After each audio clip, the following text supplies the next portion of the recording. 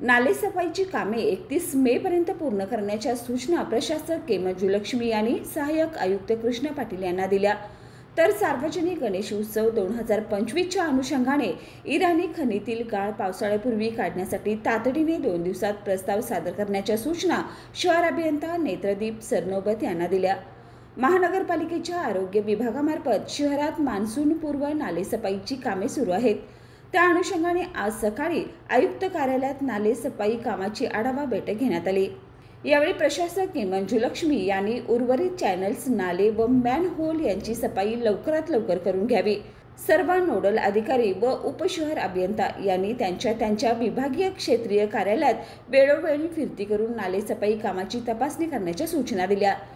यावेळी विभागीय कार्यालय स्तरावर सर्व कनिष्ठ अभियंता व आरोग्य निरीक्षक यांची बैठक घेऊन कामाचं नियोजन करण्याच्या सूचना केल्या।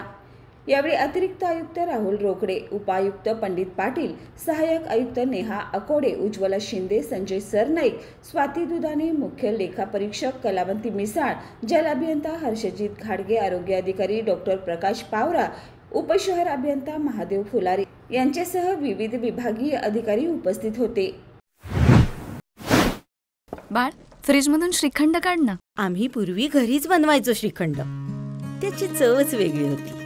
आता काय सगळं रेडीमेड। आजी, हे श्रीखंड खाऊन बघ। आज तुझ्या आईनं घरीच बनवलं की काय?